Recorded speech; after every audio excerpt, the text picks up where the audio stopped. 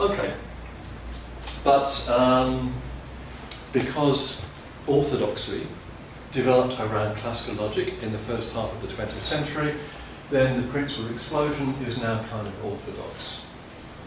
But as I said, modern paraconsistent logics, that is paraconsistent logics which use the techniques of modern mathematics, have been developed in the last 50 years. And there are many different paraconsistent logics. I'm not going to try to survey them for you, but let me just explain one very simple one to give you an idea of how this thing might work.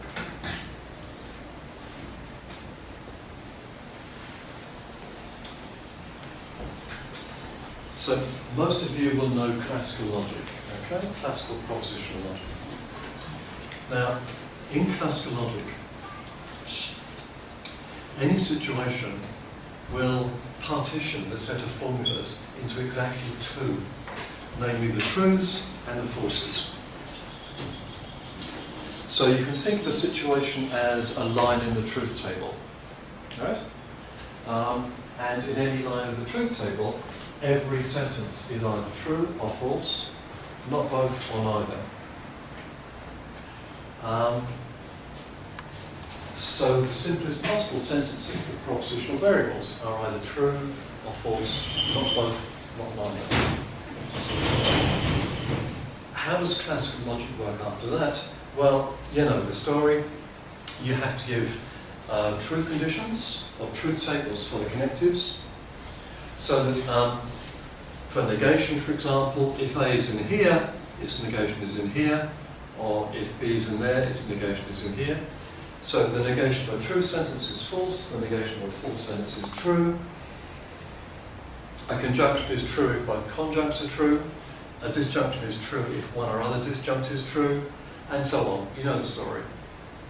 And an inference is valid if in every situation, in every line of the truth table, where all the premises are true, the conclusion is true. So an inference is invalid if there's a situation in which the premises are true and the conclusion is not, that is, it's false. So this is classical logic. Now, one of the simplest paraconsistent logics is exactly the same, with one small change.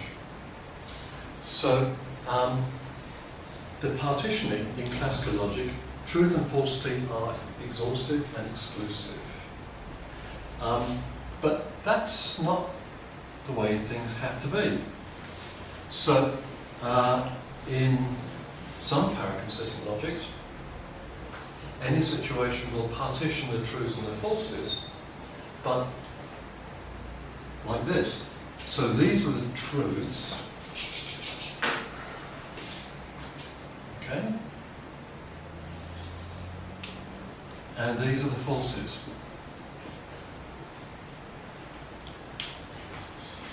So notice that in this partition, truth and falsity are neither exclusive nor exhaustive. So the sentences in this quadrant here are neither true nor false. And the things in this quadrant here are both true and false. Okay? So now a line in the truth table is going to tell you for every sentence whether it's true or not, whether it's false or not. And after that, everything works exactly the same way. So the truth conditions for negation, for conjunction, and so on are exactly the same. The definition of validity is exactly the same. An inference is valid if whenever all the premises are true, the conclusion is true. In other words, you can't find an interpretation or a situation or a line in the truth table where the premises are true and the conclusion is not. It's exactly the same as classical logic. Right? So everything's the same as classical logic, except that we start off with this different picture of the relationship between truth and falsity. And it's not difficult to see why this invalidates explosion. Because suppose P for example, lives in here, right? And Q, for example, lives in there. So P, well, it's both true and false. It's at least true, okay? It's false as well, but it's true. What about the negation of P? Well, P is true and false, so the negation is false and true. So at least it's true. Q, well, it's just plain old false. So Q is not true. So this inference is invalid. Okay.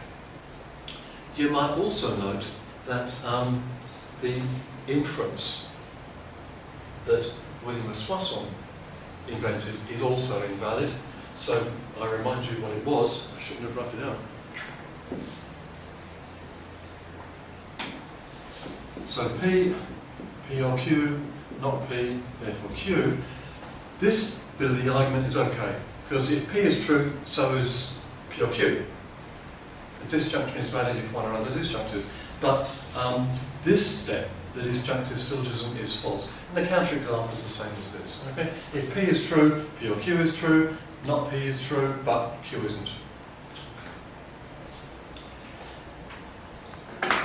So this is one very simple paraconsistent logic. For the record, it's called first degree entailment. And what's really important is what happens down in this quadrant. You can hold that this quadrant is empty. Okay?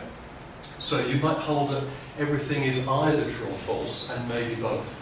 But nothing is neither true nor false. If you do that, you get another paraconsistent logic, which sometimes goes by the name LP. So it's what happens in this quadrant which really makes the logic paraconsistent. Okay. So that's the background on paraconsistency. So Graham, let me ask you a question. Yeah. So how could we find in this presentation, for instance, the C hierarchy of Da Costa's You can't. and also Jaskowski's logic? You can't. Those are different logics. Okay. Okay. So what do you think about Jaskowski's D2?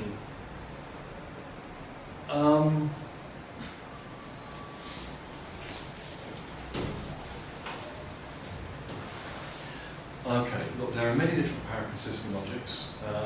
You can use virtually any technique in logic to produce a paraconsistent logic. So you can use non-determinism, you can use truth functionality, you can use many worlds, and so on. So this is just one very simple example of a paraconsistent logic, which people who have a training in classical logic find it very easy to understand. But this is not the general case. I don't pretend it is. And so Jaskowski's disjunctive logic, discussive logic, is an interesting logic, and I think it may have some applications, but I don't think it's truth preserving. So in Jaskowski's logic, what you actually do is chunk information into different chunks. So I think discussive logic is quite good for situations where we chunk information and then carry on reasoning. And historically there are certainly some of those. But I think for many of the applications of paraconsistent logic, you don't chunk. Everything lives in the same epistemic space, as it were. Right, okay. And what about C systems, Da Costa's C systems? Well, they're a different approach. But as you know, negation is not truth functional. Yeah. And I'm inclined to think that because of compositionality, connectives should be truth functional, or at least semantically functional. So the semantic value, whatever you think those are, of a complex formula should be a function of the semantic values of the parts.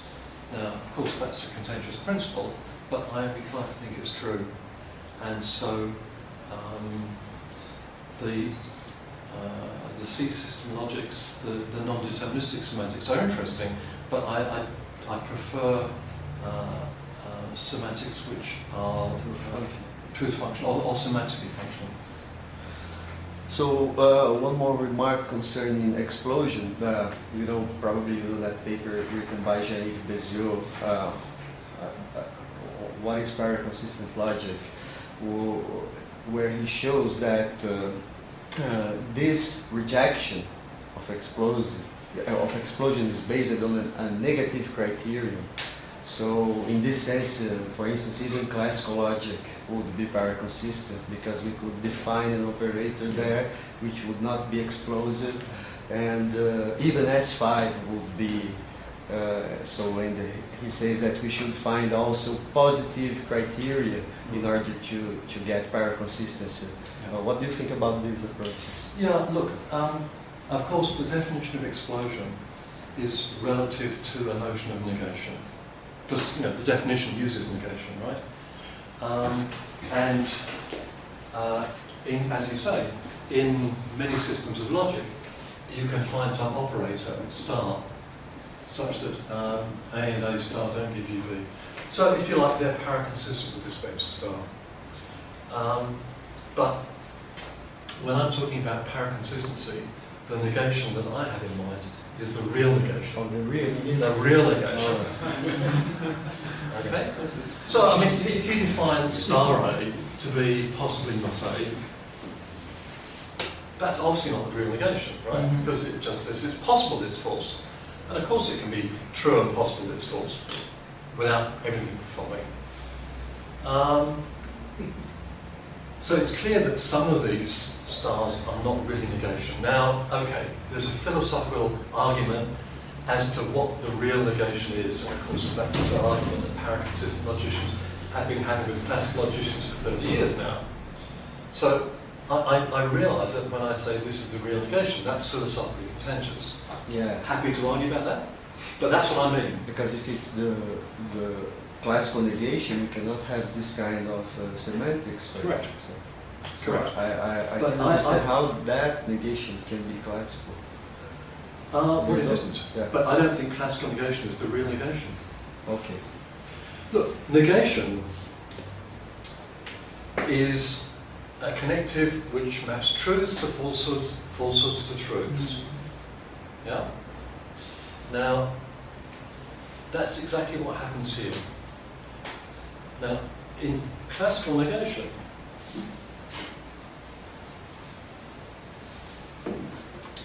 okay, the classical truth conditions for negation, let's write it like this, is that not A is true if and only if A is not true. Yeah? So let's think how this works here. So where is the region where something is not true? Yes.